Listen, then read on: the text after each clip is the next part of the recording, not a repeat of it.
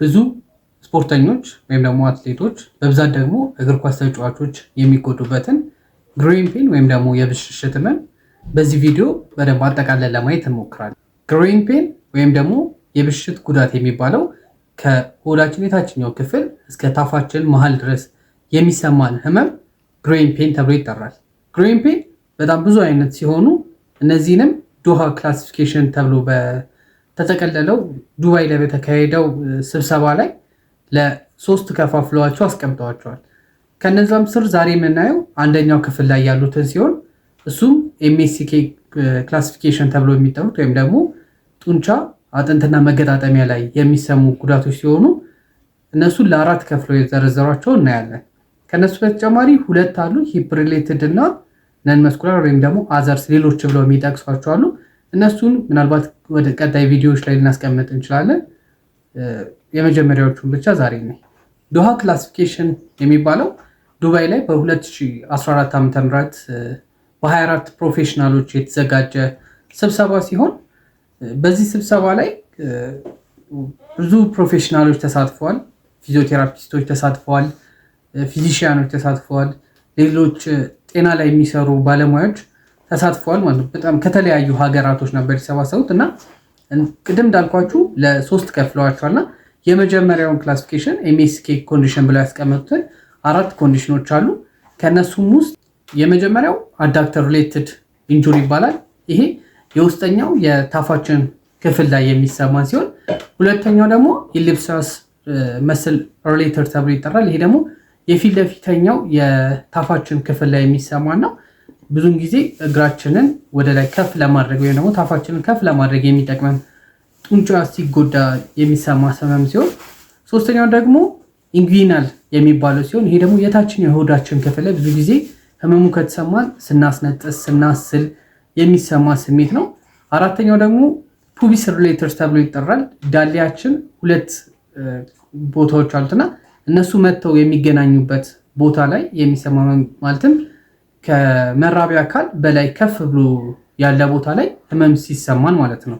ከአዳክተር ሪሌትድ ስንጀምር አዳክተር ሪሌትድ የሚከሰትበት ምክንያት የሚሆኑት ስፕሪንት ማድረግ፣ በጣም ከፍተኛ የሆነ ሩጫ፣ ከት አድርጎ መዞር፣ ደካማ የሆነ የአዳክተር ወይም ደግሞ የውስጠኛው የታፋችን ክፍል መስሉ ጡንቻው ደካማ ሲሆን እና ከውጭኛው ጋር ደግሞ ወይም ደግሞ ኤቢዳክተር ብለን የምንጠራው ወይም ከውጭኛው የታፋችን ክፍል ካሉት ጡንቻዎች ኤቢዳክተር ብለን የምንጠራቸው መስሎች ጋር ተነጻጻሪ የሆነ ደካማ ሲሆን ህመሙ የመከሰት ቻንስ ይኖረዋል። የዚህ ህመም ምልክቶች የሚሆኑት ሁለቱን እግሮቻችንን መሀል ላይ ኳስ አስቀምጠን እነሱን ስኩዊዝ ለማድረግ ወይም ለመጭመቅ ስንሞክር የሚሰማ ህመም፣ ስንራመድ፣ ለመገልበጥ ስንሞክር፣ አልጋ ላይ ለመገልበጥ ስንሞክር፣ ተርን አድርገን ለመዞር ስንሞክር፣ ኳሶችን ለመምታት ስንሞክር፣ በተለይ ደግሞ በውስጠኛው የእግራችን ክፍል ፓስ ለማድረግ ስንሞክር የሚሰማን የህመም ስሜት ነው። ይህን ህመም ፕሪቨንት ወይም ደግሞ መከላከል የምንችልበት ሜትድ ኮፐንሃገን ኤክሰርሳይዝ ተብሎ ይጠራል። ይሄ ኮፐንሃገን እንደ ትሪትመንትም እንጠቀመዋለን። ነገር ግን ከ50 እስከ 60% ያህል ህመሙን ለመከላከል የሚጠቅም ኤክሰርሳይዝ ነው። ሁለተኛው ደግሞ የአዳክተርን ጡንቻዎችን ስትሪንግዝ ኤክሰርሳይዞችን ማሰራት፣ ሂፕ ሞቢሊቲን እንዲጨምር ማድረግ እና ደግሞ ድካም ላይ ላለመሆን መሞከር፣ ማለትም ተደጋጋሚ የሆኑ ጨዋታዎችን ላለመጫወት መሞከር የተሻለ ነው።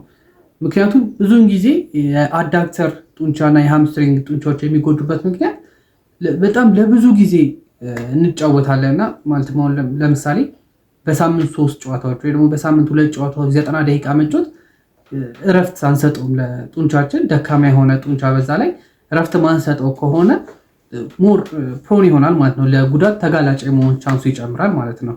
በተጨማሪም ደግሞ ሂፕ ሞቢሊቲ ኤክሰርሳይሶችን በደንብ መስራት፣ ፍሌክሰሮችን፣ ሂፕ ፍሌክሰር መስሎችን፣ ሂፕ አዳክተር መስሎችን በደንብ ስትሬች ማድረግ፣ ፍሌክሲቢሊታቸውን በደንብ መጠበቅ ከህመሙ እንዳንጋለጥ ሊያደርግ ይችላል ማለት ነው። የዚህ ህክምናዎች ደግሞ የሚሆኑት ቅድም እንዳልኳችሁ ኮፐንሃገን ኤክሰርሳይዝን በደንብ መስራት ሲሆን ሁለተኛው ደግሞ ስትሪንግዝ ኤክሰርሳይሶችን የአዳክተር ስትሪንግዝ ኤክሰርሳይሶችን መስራት፣ ቀስ እያሉ ወደ ጨዋታ ለመመለስ መሞከር፣ ኒውሮመስኩላር ኤክሰርሳይሶች እንደ ባላንስ ፕሮፕሪዮሴፕሽን የሚባሉ ኤክሰርሳይሶችን ለመስራት መሞከር። እንደዚህ አይነት ኤክሰርሳይሶችን ቴሌግራም ላይ ቀስ ያልኩኝ ለመልቀቅ ሞክራለሁ ለእያንዳንዳቸው እያደረግኩኝ። ሁለተኛው ኢሎፕሶስ ሪሌትድ ግሮይንግ ፔን ይባላል።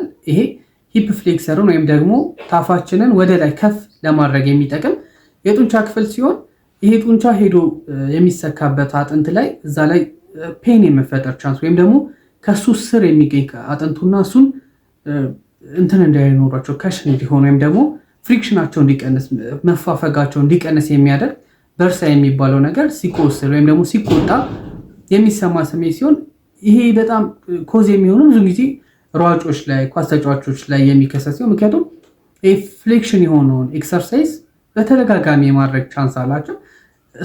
እሱን ስራ አቁሙ እያልኩ አይደለም፣ ምክንያቱም መሮጥ ግዴታ ነው። ነገር ግን የሂፕ ፍሌክሰር ሞቢሊቲውን በደንብ መጠበቅ፣ ስትሬንግዙን በደንብ መጠበቅ፣ ኮር ስቴቢሊቲዎችን፣ የሆድ የጀርባ የጎን ላይ ያሉ የሆድ ክፍሎችን ጥንካሬያቸውን መጠበቅ ይሄ ህመም እንዳይከሰት ያደርጋል። ሲቀጥል ደግሞ ምናልባት ህመሙ ከተከሰተ የሚሰጡ ትሪትመንቶች አሉ።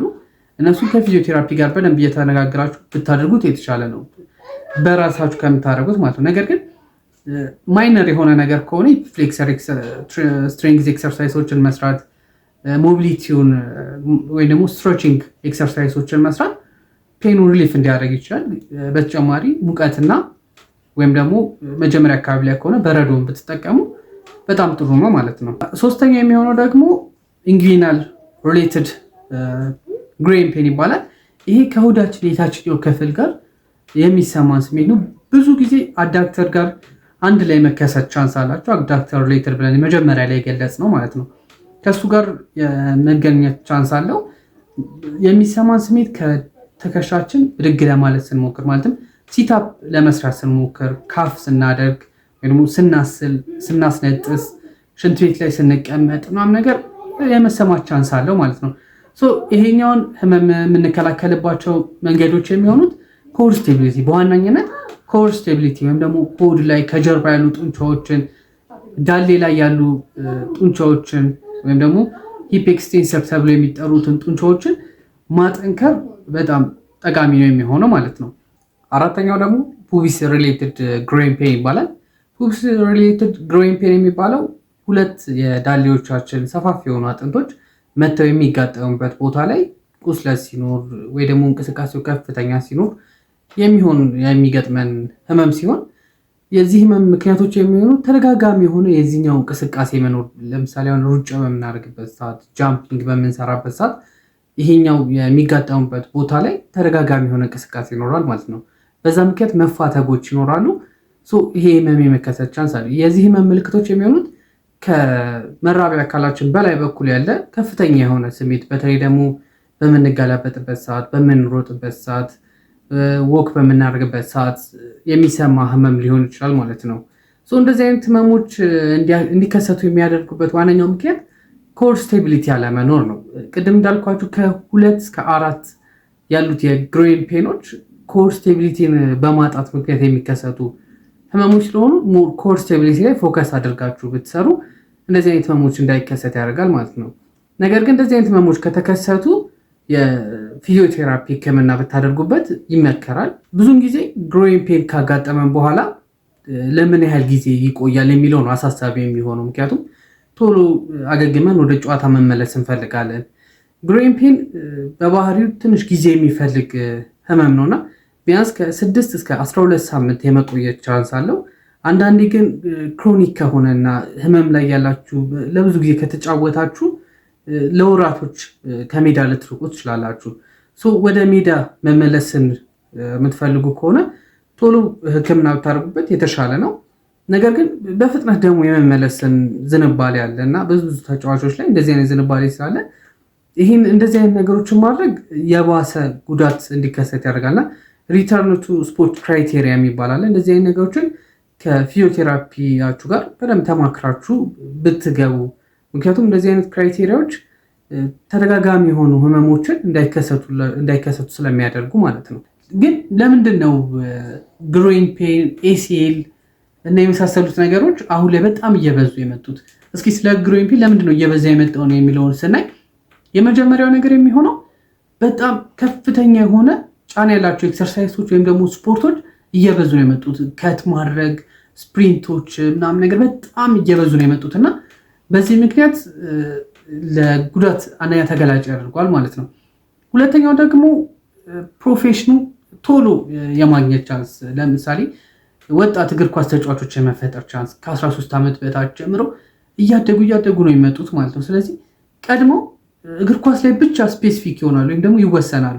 ሌሎች አካላቸው ላይ ያሉ ጡንቻዎች፣ የሆዳቸው ቅድም እንዳልኳችሁ የእጃቸው ጥንካሬዎች ምናምን ነገር ኢምባላንስ እየሆነ ይመጣል ማለት ነው።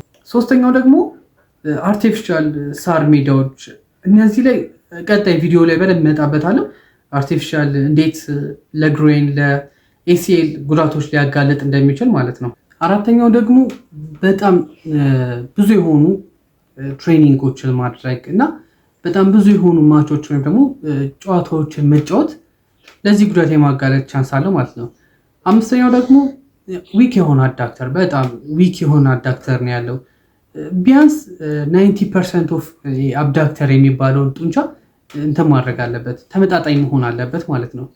ስለዚህ ግሬን ፔን ከመሰማቱ በፊት እንዴት ፕሪቨንት ወይም ደግሞ መከላከል እንደምችሉ አይተናል። ኮር ስቴቢሊቲ ማጠንከን፣ ኮፐንሃገን የሚባለውን ኤክሰርሳይዝ መስራት፣ ሂፕ ሞቢሊቲን ኤክሰርሳይዝ ወይም ደግሞ ሂፕ ሞቢሊቲን ሙቭመንቱን በደንብ ለመስራት መሞከር ወይም ደግሞ ስትሬች ኤክሰርሳይሶችን መስራት፣ መቀመጫ አካባቢ ያሉትን ጡንቻዎችን በደንብ ማጠንከር ነው ማለት ነው። እንደዚህ አይነት ህመም እየተሰማችሁ ከሆነ አካባቢያችሁ ላይ ያለውን ፊዚዮቴራፒ ወይም ደግሞ የትኛውም የጤና ባለሙያ ማማከር ትችላላችሁ ማለት ነው። ቴንክ ዩ